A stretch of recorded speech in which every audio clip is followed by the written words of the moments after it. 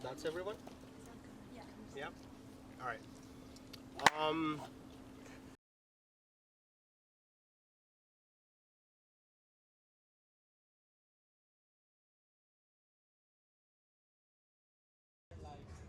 My name's Tanya Mendoza.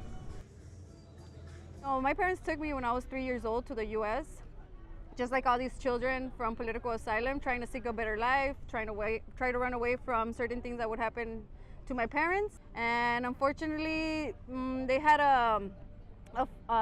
some failure in their case when I was 7 years old, and it got my parents to this order of deportation. Fortunately, my parents just thought that the lawyers were doing their job correctly, and they weren't. And somehow or another, they never filed this 90-day of, well, what I know now is this appeal that we were supposed to do. And unfortunately, it became an automatic deportation, which led myself to being out here at 24 years old.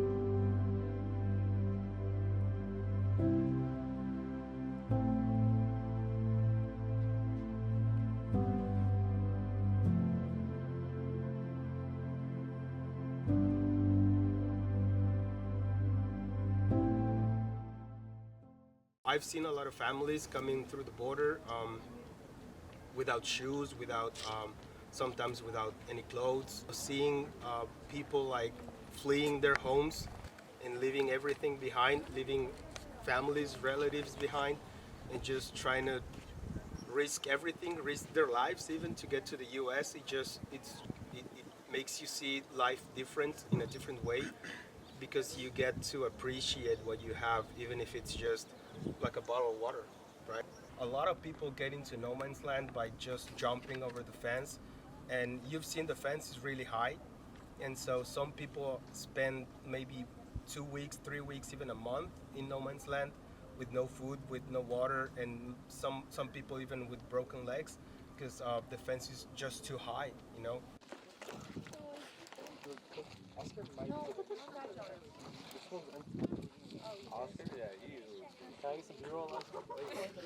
On my mother's side, they came over from Jalisco, from the area around Guadalajara. This was in the early last century, in the 30s. Eventually, these people migrated all the way to San Francisco, to the Bay Area. So I have a lot of family in the Bay Area and in the San Diego area. I have cousins that are second-generation Americans. A lot of my family from the Bay Area, they established some of the Mexican bakeries around downtown San Francisco. So I mean, they were pioneering, I guess, Mexican culture back in California again.